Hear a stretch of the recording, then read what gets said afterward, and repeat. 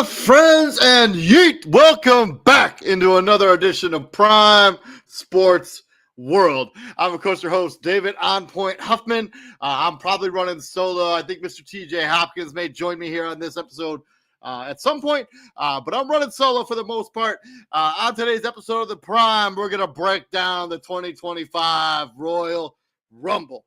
Some big-time action, some really shocking results. I was at Lucas Oil Stadium and saw this event live. First time I was ever at the Royal Rumble. So yeah, let me know down in the comments section what you thought about the Royal Rumble as we break down each individual match.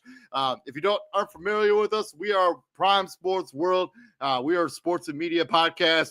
We break down a lot of sporting events, mostly just the NFL and the NBA. But we basically live stream every single day on Facebook, on YouTube. We're also on Twitch, and we're also on your Roku-enabled devices under the Huddle Sports Network. So look out for all that content. You know, we try to give you guys good stuff. So please like, share, and subscribe to the podcast. We do provide legit daily content. And if you watched the Royal Rumble preview episode I did on Saturday before I went to the event, I was with one of my former co-hosts, Brady Calhoun. I'm sharing the link into his website right now. He runs a movie review website. It's called adarkhighway.com. So you can go give him some love over there. Just show Brady Calhoun some love, as because of him, I was able to go to the Royal Rumble. Very appreciative of the gesture. He bought me the tickets. So we were able to go together. I cannot tell you how appreciative I am of that gesture, because I would not have been able to go if it hadn't been for Brady Calhoun. So thank you very much, Brady. I hope you had a good time at the Royal Rumble, because I know I did. And we're going to talk about all the stuff going on with the Royal Rumble and what happens next now that we are officially on the road to WrestleMania. And yeah, I'm not sure if TJ is going to join me yet on this episode yet or not. But let's talk about it. Let's talk about the Women's Royal Rumble match first. And obviously, Charlotte Flair, the betting favorite to win the Royal Rumble, came out and won the Royal Rumble. Let's just go through the first. So my predictions, by the way, for this event were terrible. I did not do a good job of picking this event. So 1 and 2, I don't know why they make such a big deal about 1 and they never make a big deal about number 2 when it comes to the Royal Rumble. Like, you're coming in at the same time. Like, you're going in you're both going to be in there for the extent of the match, whether you're 1 or you're number 2. But Io Sky of Still Damage Control apparently was number 1, and then Liv Morgan of the Judgment Day were number 2. They lasted in the match for over an hour each. An hour and 6 minutes for Io Sky before she was virtually eliminated by Nia Jax. An hour and 7 minutes for Liv Morgan before she was also eliminated for Nia Jax. I actually think all of those people got eliminated at the same time with Roxanne Perez. Actually, Roxanne Perez was the runner-up, if I remember correctly. Or no. Yeah. Roxanne Perez was number 3. She was the runner-up in this match. She gets eliminated by Charlotte Flair, who obviously won. Lila Valkyria was number 4 as she came out with her new Intercontinental title. She got eliminated with Aya Nile, which makes a lot of sense, given the fact that they're going to have a feud going forward. Chelsea Green, the new United States Championship, was eliminated by Piper Niven. So probably that's going to be a match we're going to see at WrestleMania. And then, we kind of gripping through this a little bit faster. Speed Fab was number 6. Ivy Nile at number 7, 8. Joey Stark, 9. Lashley. Joey Stark actually had a really good showing in this match, even though she didn't really last all that long, just 16 minutes. But it felt like she was in there for a lot longer than that. From the NXT, we had Lash Legend. Sorry, I can speak today. Sure. And then, we had Bianca Belair, who was my pick to win the Royal Rumble. She did not win. She got eliminated by Nia Jackson. Basically, Nia, I think, eliminated like 7 people at once at one point in this match. And then we had Sonya Deville, Bayley, Shayna Baszler at 11, 12, and 13. Maxine Dupree was 14. 15 was Naomi. 16 was Jada Parker, also from NXT. 17, Piper Niven. 18, Natalia. 19, Jordan Grace, who has officially been signed to the WWE and probably will be going against Julia there in NXT. Michin was 20. The big shocking return of the night was number 21. Alexa Bliss comes back at number 21. She gets eliminated by Liv Morgan. Her entrance was incredible. She looked awesome. She looked like she was in really good shape. Like Alexa Bliss being back in WWE is good for the company. She's an absolute star. I thought they would have her do more in the Royal Rumble. I know she didn't have a single elimination in the match, but I mean, just her presence alone. Also, she had a jacket on. She had the Lily doll. I'm sure that's selling like crazy. But she also had the Lily doll. She also had the jacket that said "Friends of Her Life." I think it said, and in between "Friends of Her Life." And then she had the Fiend portion of that, she had Fiend for Life, and then she had like an R in between the F and the I. It was just a really cool presence, really cool appearance, and it was a total swerve because I had no idea she was going to be in the match. I kind of thought, given the reporting, given the rumors, that she was not going to be part of this match, but breaking news, Alexa Bliss is back in WWE. We interested to see what they end up doing with her tonight as I'm recording this right before Monday Night Raw goes on the air. 22, Zelina Vega, her in-ring, her outfit before she came into the match was super cool. She looked like a Final Fantasy villain, a Final Fantasy boss, stealing that from the Simon Miller. Shout out to Simon Miller of What Culture. If you do not know who that is, go check out What Culture. Go check out Simon Miller. He is the GOAT. 23, Candice LeRae. 24, Stephanie Vakir. Really cool entrance. Like, she just looks the part. She's in NXT. 25, Trish Stratus, who gets eliminated by Nia Jax, which is a match I would pay to see at WrestleMania. Raquel Rodriguez came in at number 26. She was also eliminated by Nia Jax. Number 27, Charlotte Flair, the eventual winner of the match. Then we had Julia. She comes in and she's the NXT champion currently. And then Nia Jax comes in at 29, and she went ripshaw through this board here. Zelina Vega, Trish Stratus, Bianca Belair, Naomi, Stephanie Vakir, Io Sky, Raquel Rodriguez, Liv Morgan, Nikki Bella, all eliminated by Nia Jax. So pretty crazy there. And then number 30, at the event, a lot of people were super hyped up for AJ Lee. They thought that maybe she was going to be number 30. That ends up not being the case. Nikki Bella ends up being number 30, and the pop for her was immense. I was talking to a friend of mine at work today, and he said that his feed cut off when Nikki Bella made her entrance into the ring. She still looks fantastic. She looks like she could go today. And I think this is going to be part of a longer run for her as she becomes more of a bigger part of the company moving forward, at least for a little bit. Probably in a match at WrestleMania, maybe even against Bayley, which I think would be interesting as she eliminated Bayley in this match. But Bayley, Nikki Bella, I think that's a match that I could sign up for. But as I mentioned, Charlotte Flair ends up being the ultimate winner of this match. She ends up removing Roxanne Perez, who had a great showing in this Rumble. She's in at number 3. She lasts for an hour and 47 minutes, or hour and 7 minutes.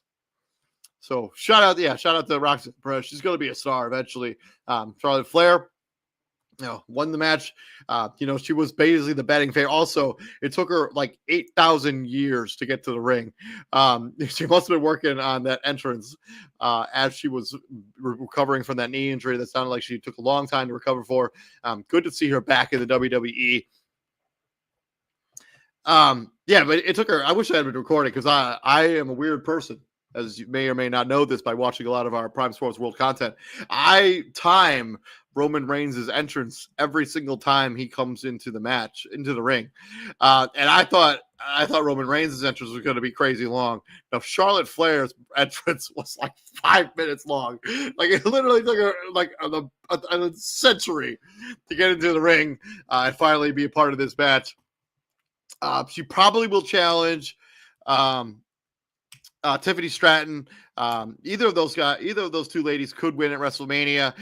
They could hop. It's Charlotte freaking Flair. She was the big time betting odds favorite. And based on what they did on the men's match, I don't mind them going chalk in this match. Like, it doesn't really bother me. And I think they did a decent job setting up future feuds as well. You had Ivy Nile eliminate Lila Valkyria setting up that feud. I think the Chelsea Green with Piper Niven, I think you set up that feud potentially at Mania. We'll see. Maybe Bianca Belair takes on Nia Jax, or maybe it's Trish Stratus versus Nia Jax. I think they did a good job setting that up. And then Maxine Dupree eliminated Ivy Nile. If Ivy Nile gets a title shot, we can have that today. Maxine Dupree, like, I eliminated you from the Rumble. I should have that shot. Jordan Grace eliminated, got eliminated by Julia. That's probably the first match that she's going to do when she goes to NXT, going off for the title. And then Alexa Bliss and Liv Morgan. I think a lot of people kind of talked about Liv Morgan as this kind of Alexa Bliss-like character. If that's the first feud for Alexa Bliss in her return, I think that could be something really cool, and I could definitely get on board with that. So overall, giving it a grade, I think it's got to get an 8 out of 10. The only reason I can't give it an absolute 10 is because the men's match is going to get a 10 when we talk about that just here in a few minutes. But I gotta be excited about that. I gotta be excited about the 2025 Women's Royal Rumble. It's going to get an 8 out of 10. From there, we got the Tag Team Championship match. DIY retained their titles in a 2 out of 3 falls match. The way this broke down here, hold on a second, sorry.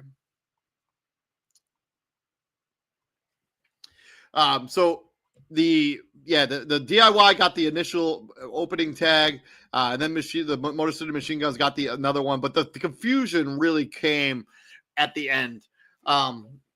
As they tied the match up. And then when we're getting down into the nitty gritty of this match, you had two men appeared in black hoodies and cost Motor City Machine Guns the tag team titles.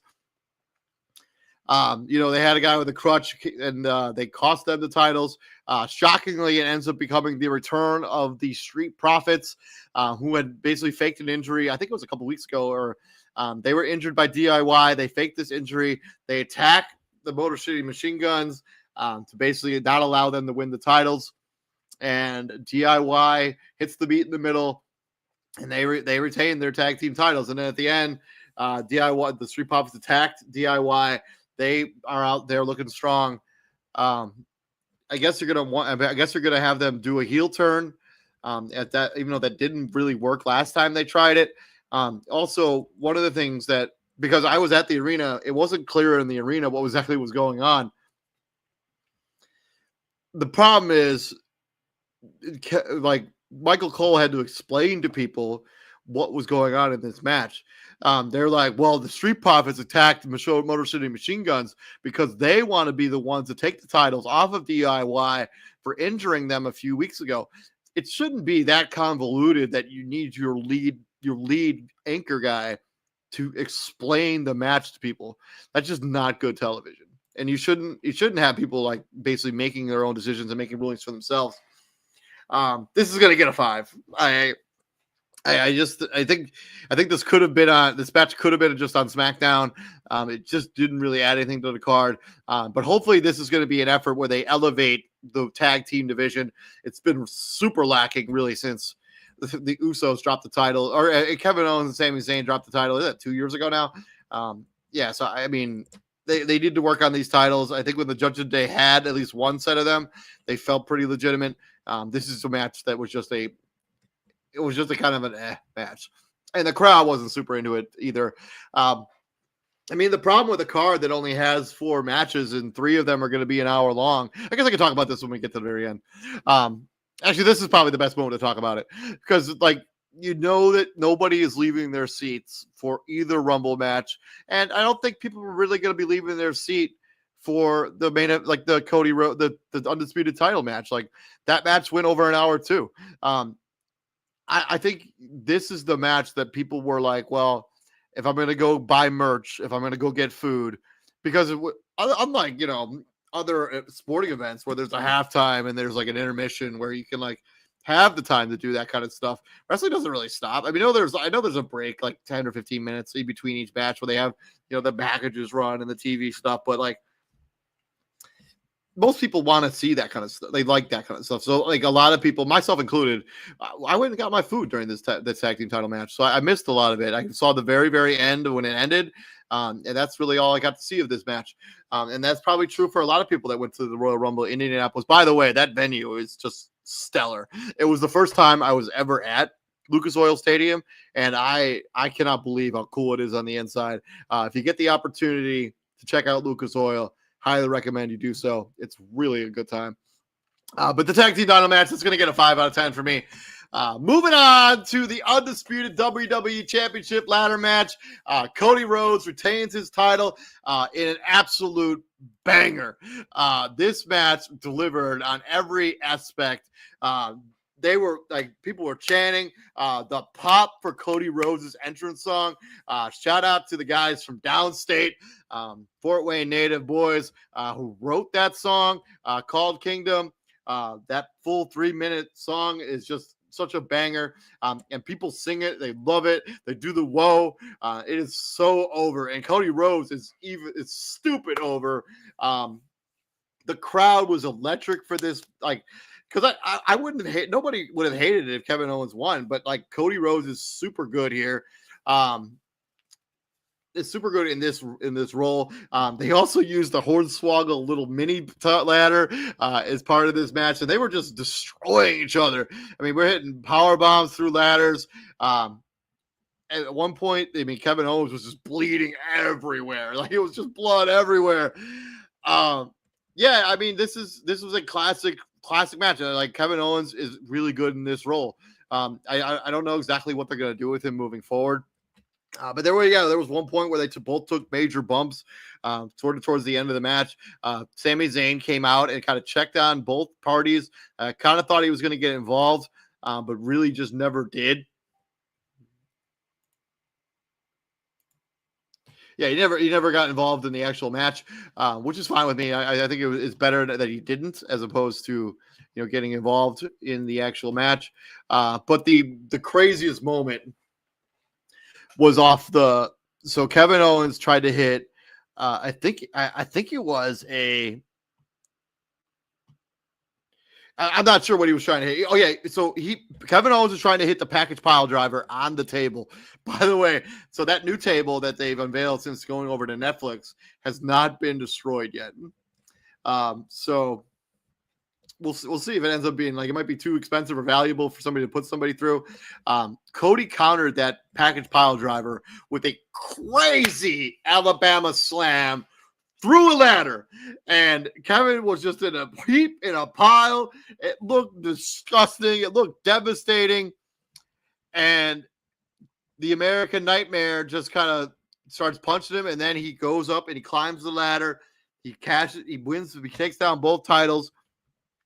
And I think this might be leading towards a sort of edgier heel turn Cody Rhodes, especially if he's going to be going forward and he's going to, if John Cena ends up challenging him for that title at Mania. I think you have to have Cody Rhodes have a bit of an edge to him. And I'm not talking about Adam Copeland. He's currently in AEW.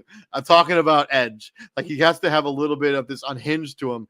And when he was standing over on the table with both titles, holding them up over Kevin Owens' is just carcass, basically, at this point in the match, it reminded me of Roman Reigns. Like, it feels like he was going like to that Roman Reigns type style there, where he was just like, he just left him for dead, and like, it was crazy. Like, it was outstanding. Grading it, getting a 9 out of 10. This was a very entertaining match. I was in my seat for the entire time.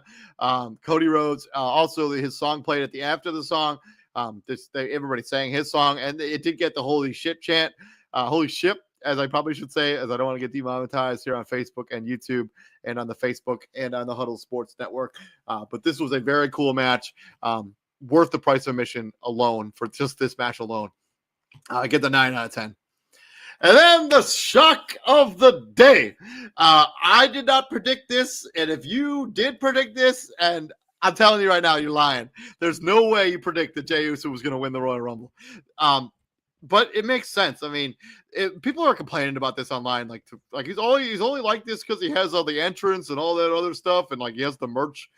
But that's the thing. He has these things. That's why he's over. It's people that like complain about like Batman movies. Like they're like, oh, this movie would only be good because is only good because it has Batman in it. Yeah, Batman's in it, so it doesn't matter. Jey Uso, his entrance is over. He's just a super over babyface. He's easy to root for. It's excellent. But swinging back into the match, let's talk a little bit about what transpired here. So Rey Mysterio and Penta were 1 and 2 as they came in. I know there's a little bit of controversy about if Penta's feet were on the ground early in the match. You know what my honest opinion is? I don't care. It did look like his feet touched the ground, but in reality, I don't care, man. I mean, they're human beings; they make mistakes. And what came after that, just Penta's show of athleticism. If they had allowed, we would have missed out on a bunch of stuff if they had allowed him get eliminated early in the match. And people were ragging on him a little bit at the live crowd. People were yelling at him like, "Hey, like that was super cool, but you shouldn't still be in the match. You got eliminated early." But yeah, Penta had a really good showing in this match. He had a really good showing in the Royal Rumble. So he's probably going to be a superstar, super whooper star by the time this is all said and done. And Rey Mysterio, WWE Hall of Famer, a timeless legend, can make the argument he might be the greatest wrestler of all time. And then number 3, Chad Gable. He's had the feud with Penta and Rey Mysterio, so it made a lot of sense. They did a really good job of just like booking mini storylines throughout this. 4 Carmelo Hayes, 5 Santos Escobar, another guy that's been feuding with Carmelo Hayes. 5 Otis, another guy feuding with Chad Gable. So, and then Braun Breaker came in at number 7, and if Braun Breaker isn't a main event star if he isn't headlining WrestleMania next year, I will be legitimately shocked. So I will see, because he looked like a man-child in this match. Number 8, it was supposed to be Kira Tozawa, but Carmelo Hayes got eliminated during his entrance and attacked Kira Tozawa, and so you had this scene of just Triple H in the back area, just kind of being all panicked, like, "Oh, what are we gonna do?" I Show Speed, I guess he's a YouTuber. I don't really know a lot about him, to be totally honest with you. He was just hanging out in the back, and if this isn't a message for all wrestlers in any Rumble from this point moving on. If you're in if you think you're just chance that you're in the Royal Rumble, just hang out over kind of by the gorilla position. And if something happens and they need somebody, if you're the first person they see, you're going in the match. And I Show Speed, I thought he did a good showing there. He got eliminated by Otis. He also got absolutely destroyed by Braun Breaker. So that was a very, like, if you haven't seen the pictures and videos of what his leg looks like after he took that spear, just go check it out. 9, Sheamus. 10, Jimmy Uso. 11, Andrade. Number 12, Jacob Fatu. And if there aren't big plans for Jacob Fatu, I don't know what the WWE is doing, because, man, this guy is ready to have a rocket attached to him and shot through the moon, because the dude is just so talented and so over, and he is so crazy protected. Even though he got eliminated by Braun Strowman, I guess we'll talk about that in a minute. That kind of goes back to what we did on Saturday night main event, where those two had an absolute banger of a match, where they both got left in a bloody mess. But Jacob Fatu had a billion eliminations. Rey Mysterio, Chad Gable, Jimmy Uso, and Andrade, all eliminated by Jacob Fatu. He had a really good showing in this Rumble. Same thing with Braun Breaker. Ludwig Kaiser was number 13, as he took his sweet time to get into the ring. But he was eventually, once he got in, he got eliminated 6 seconds by Penta. TNA, The Miz came in at number 14. Really good showing by TNA champion, number 15, Joe Hendry. Entrance is super cool. He had a really good showing in the Rumble as well, before he was eventually bounced by Roman Reigns. Number 16, Acknowledge Me. Roman Reigns came in at number 16. I thought his entrance was going to take an eternity. I thought it was gonna be one of those scenarios where you have like Roman Reigns is still making his entrance while they're having to introduce other members of the match, because Roman Reigns is just casually walking up the ramp.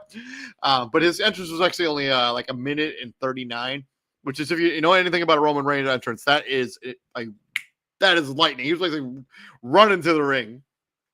Number 17, Drew McIntyre. And this is kind of where the big names started coming in at one after another. Like, it was just big name after big name after big name. And I'm not even sure, like, it surely didn't feel like it watching it live that hey, Gio Franco, nice for you to hang out with me, man. Welcome to the show, man. Welcome to Prime Sports World. But yeah, it didn't feel like while I was watching it live that they were actually 2 minutes in between each entrance. It felt like they were just rapid firing, putting these guys in the ring. 18, Finn Balor. 19, Shinsuke Nakamura. 20, Jay Uso. Main event, Jay Uso. Man, kudos to main event, Jay Uso. So at the live crowd, we were kind of expecting him to come down out of the like in the stands, like how he does with his other entrance, like he did on that Netflix special. But unfortunately, yeah, that never materialized. Number 21, big time return of AJ Styles.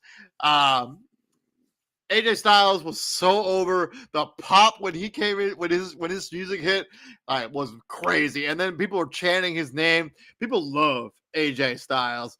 And so, yeah, shout out to AJ Styles. Had a good showing in the Rumble, and he looked like he hadn't missed a beat. Like, he was still doing all the crazy lettuce stuff, the Pele kicks. AJ Styles was super over. 22, Braun Strowman. One of my personal favorite wrestlers of all time. I just can't get enough of Braun Strowman. There was a time, probably like 4 or 5 years ago, where he was the biggest thing they had going in the company. They didn't really hit it while the iron was hot, but would have been nice. Number 23, John Cena. You can't see me now. Big time betting favorite to be the winner of the Royal Rumble. Did not turn out that way. Number 24, same idea. CM Punk comes in at number 24, and then you follow that right up with another massive name, number 25, Seth freaking Rollins. And then number 26, when you have a bunch of people that people love, you have to bring in Dominic Mysterio. And I don't know, like, I haven't had a chance to watch this back yet, and I don't know, like, what it sounded like on TV, but people were booing the entire time he was making his entrance, and it sounded so loud in the arena. Like, I don't know if that translated onto television, how loud people were booing him, but it was immense in the arena. 27, Sami Zayn. 28, Damian Priest. Number 29, LA Knight, yeah.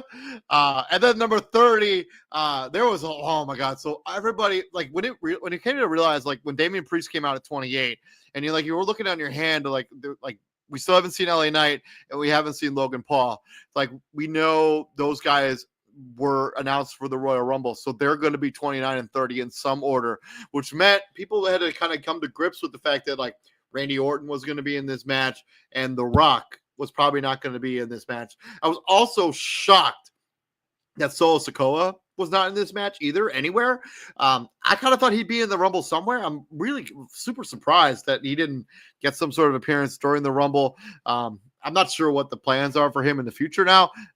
So it'll be very interesting to see what happens. And then number 30, Logan Paul. He just understands his character. Like, he just understands, like, what it takes to be this heel in WWE that people hate.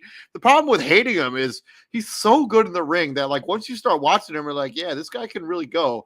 But yeah, I mean, it's one of those things, like, where Logan Paul, because he also eliminated two of the most popular people in the match potentially in CM Punk and AJ Styles. Like, when CM Punk got eliminated after he got rid of Roman Reigns and Seth Rollins, people, like, when he got eliminated, like, you could hear, like, a pin drop. Like, people were just shocked. It was silent because people thought he was going to win the match. And then you have Logan Paul in the top three, and people were like, anybody but Logan Paul at that point. Logan Paul eventually gets eliminated by John Cena, and then you're kind of there, and you're like, hey, this is going to be a great moment for Jey Uso. He's going to be the runner-up in the Rumble. Like, this is still a good moment for him. He still outlasts every other superstar in the ring, and then he wins. And then, he basically goes over the top rope. He pushes John Cena from behind. He falls out of the match and out of the Royal Rumble. And then Jey Uso, main event Jey Uso, is your winner of the 2025 Royal Rumble. And people like his music played. I want to tell you, it must have been like for 10 minutes, and people were still doing this for 10 straight minutes. Like, it didn't stop. Like, people were still doing his music and the pose and singing the song for 10 minutes after he won. And it's just a testament to like what WWE has done with Jey Uso and how they've elevated him into like an absolute megastar. And I think they also did a nice job, kind of weaving other narratives into this match. So CM Punk, Seth Rollins, and Roman Reigns all got eliminated kind of at the same time. And Seth Rollins basically went nuts on the outside and curb stomped everyone he could find, and they were just fighting like crazy. And if that's the match we get at Mania, those three guys, I think that's a main event. I think that would be a headliner. I know you have a problem with like, what do you do with one of the title matches? I think that you have to have title matches headline both nights. But last year showed that maybe not. Maybe you don't have to have that. Because CM Punk, Seth Rollins, and Roman Reigns in a triple threat match, it's a match that I would absolutely sign up for and I would absolutely check out. And then you have AJ Styles and you have like him eliminating LA Knight. They still have beef from when AJ Styles was originally injured by LA Knight, I think almost a year and a half ago. Logan Paul, you have the LA Knight thing with him as well. There's also a bunch of narratives and stuff about Damian Priest may have gone into business for himself and cost Drew McIntyre his spot in the Royal Rumble, because it kind of feel like he just got eliminated kind of out of nowhere. Didn't really feel like the elimination that you kind of expect for a guy like of the stature of a Drew McIntyre. But overall, though, Jey Uso wins the Royal Rumble, and it was a shock. People were, I'm still in shock. I couldn't believe it. I did not think they were going to give Jey Uso, because that's what the Rumble really should be. Like, John Cena is John Cena. He doesn't need to win the Rumble to be John Cena. CM Punk is a super whooper megastar. He's not going to be not CM Punk because he didn't win the Rumble. Roman Reigns is a super duper megastar. He's not going to be Roman. He's not going to just all of a sudden not be Roman Reigns just because he didn't win the Rumble. Same thing with Seth Rollins.